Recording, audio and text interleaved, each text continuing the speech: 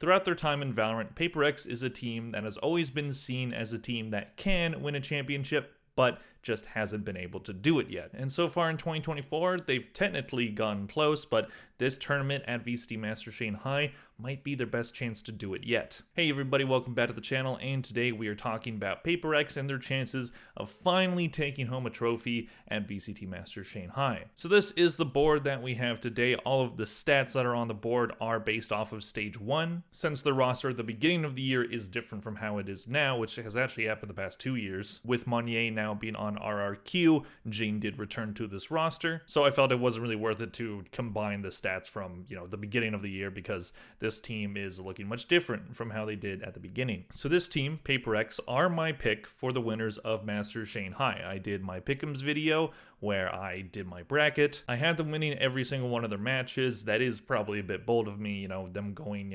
lossless doesn't really sound like it's gonna happen. But I do believe in this team, and I feel like if they're gonna win a trophy at some point, I think they just have to dominate a tournament and just try to just get it over with. Because this team has gotten so close to winning that tournament, and they just haven't been able to get over that hump. And what I didn't realize at the time of making that pick'ems video is I've actually chosen this team to win the last 3 international events. I've been wrong. I picked them to win Champs 2023. Came pretty close. They got 2nd place. I picked them to win Madrid. Technically, I was almost right. They got 3rd. And I have picked them for Shanghai. And I think out of those 3 picks, I think Madrid is probably the one that I would take back. I don't regret picking them for Champs. They were a very good team. They were a contender of that tournament. But Madrid is the one where they definitely weren't looking as good as they were in previous years, and their performance wasn't seen as how they've been in the past, which is surprising because they got 3rd. So they still had a very deep run, even though it was probably their worst performance at an international probably since lock-in. So I picked them for Shanghai without realizing that it would be a 3rd time in a row, and yes, I am a fan of this team, so if you want to just think that it's fan bias, sure, you can go ahead. That's not why, in my mind, I chose them. I've just always seen this team as a true contender for a tournament, and I've just thought eventually this roster has to win, right? But I will say, if they lose Shanghai, I am not picking this team to win a tournament anymore. It's just not happening. It's just not going to happen. If they don't win this one, I'm not going to pick them for champs. I won't pick them for anything else.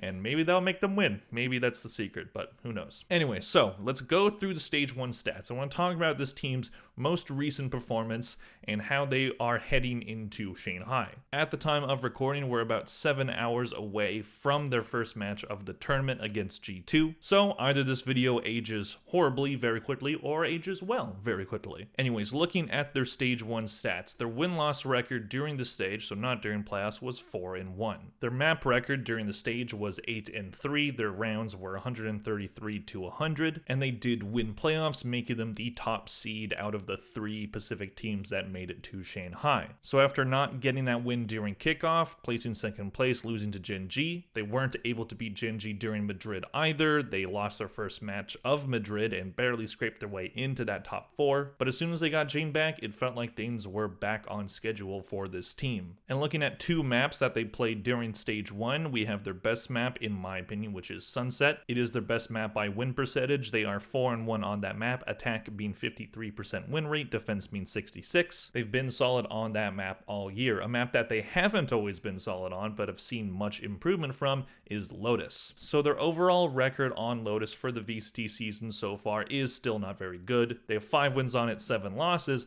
but during Stage 1, they went 4-2 on that map, much improving their numbers from how it was at Madrid, where it seemed like any team that took them to that map was just going to wipe the floor with them. But now they have an attack win percentage of 69 and defense win percentage of 52. So both numbers over 50% and having a very solid attack side. So it's very good to see them improve on that map that seemed like a very big weakness for them. And before going through their international placements, you can of course see them all on the board so you can see them all, but I will talk about them. We are going to first finish the Stage 1 stats part and talk about each player stats. So choosing 3 stats, I did rating, kills per round, and KD ratio. Starting with Jane, he had a rating of 1.13, which is good for 6th place out of all the Pacific during the stage. He had a kills per round of 0.81 and a KD ratio of 1.17. Just playing 2 characters, Raze, of course, and Sage. So Jane very clearly was keeping his skills in tip-top shape while he wasn't playing. Being released from his military service, he was able to return and not skip a beat. So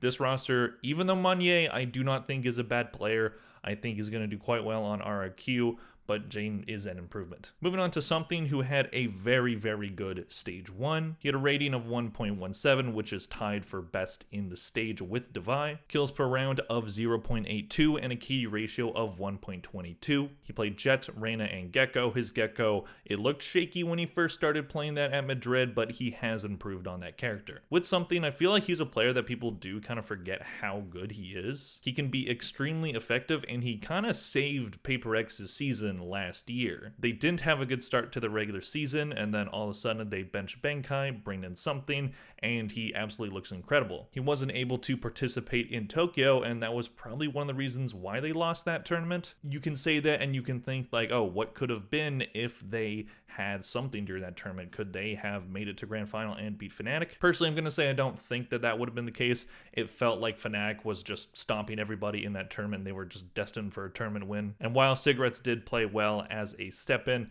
something definitely would have been the bigger improvement. Moving on to Devi, who might be another pretty underrated player, even though I do feel like people know how good he is. I feel like when people talk about the stars on this team, they're usually talking about Forsaken or Jane, and sometimes something, even though I did say he might be a bit underrated. But Devi has absolutely insane numbers, and he is an incredible part of this team. His rating, as I stated, was tied with something for first in the Pacific during stage 1 at 1.17, so very impactful player there. A kills per round of 0.74 and a key ratio of 1.17. Putting up these numbers while playing Sky, Sage, Killjoy, and KO. So playing that initiator Sentinel flex role, he's very effective at it. He is one of the best players in the world at that role, and he fits like a glove on this team and is one of the reasons why this team has been so good for as long as they have. Moving on, we have Mind Freak, their resident smokes player. He had a rating of 1.08. He had a kills per round of 0.70, a KD ratio of 1.12, and he played Brimstone, Viper, and Omen during the stage. Mind Freak is a very, very solid smokes player. When you talk about best smokes player in the entire world,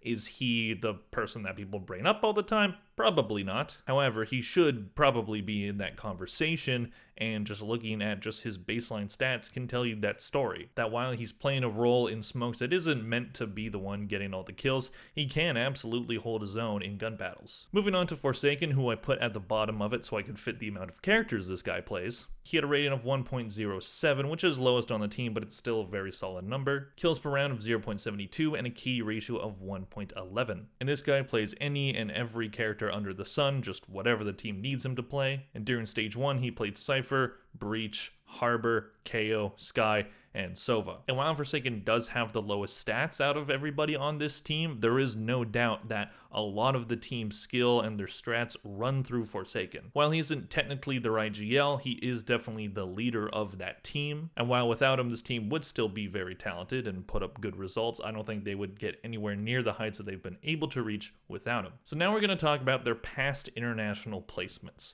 starting all the way back in Iceland 2022. That was the tournament where this team burst onto the international stage and proved that they are a team to be reckoned with. They ended up placing 4th, and this was during a time where the APAC region wasn't seen as very good. While there were definitely some teams that went on decent runs in tournaments before that, RankVic 2022 had a good crop of teams from Asian countries that really did quite well. In Paper X, they got the farthest, but they couldn't make it into the top 3 or make it to a grand final. However, that would change at Copenhagen. Copenhagen was a magical run for them. They end up placing 2nd though, just barely losing to FPX, which was a European team at the time. And while it was a great grand final, it was honestly one of the more heartbreaking matches that I've ever seen in Valorant. This team just felt like they were just this incredible story, even though FPX was, I believe they came from the lower seed. Paper X felt like the underdogs in that one. It unfortunately just didn't go the way that they wanted it to, and they lost. Then we have Champs 2022, where they got 2nd place Curse, and they placed 9th to 12th, going out very early in that tournament. And this is where things start to go down for this team, at least just a little bit. So they have that mediocre placement at Champions 2022, then we get to lock-in, of course, Paper X being one of the teams in the franchise league, and they lose the first match of that tournament in C9. The tournament was, of course, single elimination, so that was it for them. And then they had a rough start to the regular season stage right after that tournament, and it felt like maybe this team's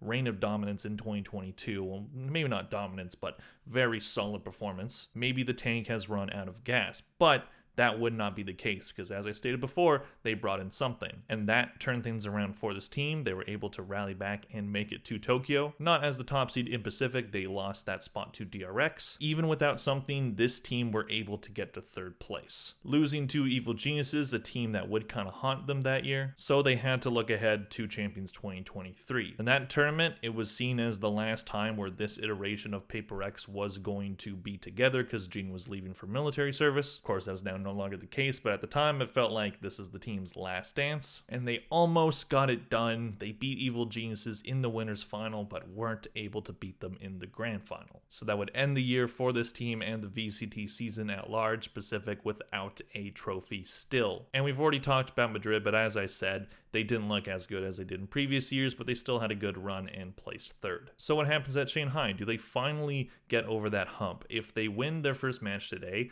then that's a good start to their bracket. G2 is a team that I do think they can beat. They definitely are a talented team. I don't think it's going to be an easy match, but especially with Paper X choosing to play G2 because the top seeds had the choice of the team that they played, I think was a decent choice. I think stylistically, Paper X do match up well against G2, and I like G2 as well. If G2 end up winning that match, I'm not really too mad. I just want to see this Paper X roster finally win a tournament, and I hope I'm right about this one. I'm not like a super diehard fan of this team. I do like them, and just seeing a roster this talented, it felt like Fnatic before 2023, where it's just like, man, at some point this team has to win, right? But sometimes really good teams just don't win championships. It's a thing that happens with a lot of sports teams that I follow and that I cheer for.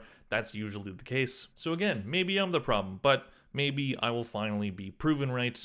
Third time's the charm, as they say. Maybe they finally take Shanghai. If there's any tournament to do it, it could be this one. There's not really a clear favorite aside from Paper X. I think Paper X are at least many people's favorite. 100 Thieves is a lot of people's favorite as well, and while I do like that roster and they're off to a great start in their bracket, I don't know if I see 100 Thieves winning a tournament quite yet. I like the roster, I like what Busio has done, and I like how they look.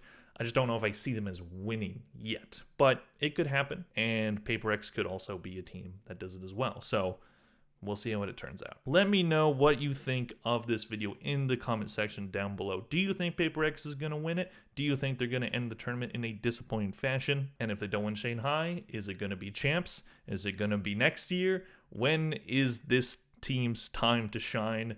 Is it ever going to come? Let me know. Please click like if you enjoyed the video. Thank you all very much for watching, and I'll see you guys in the next one. Bye.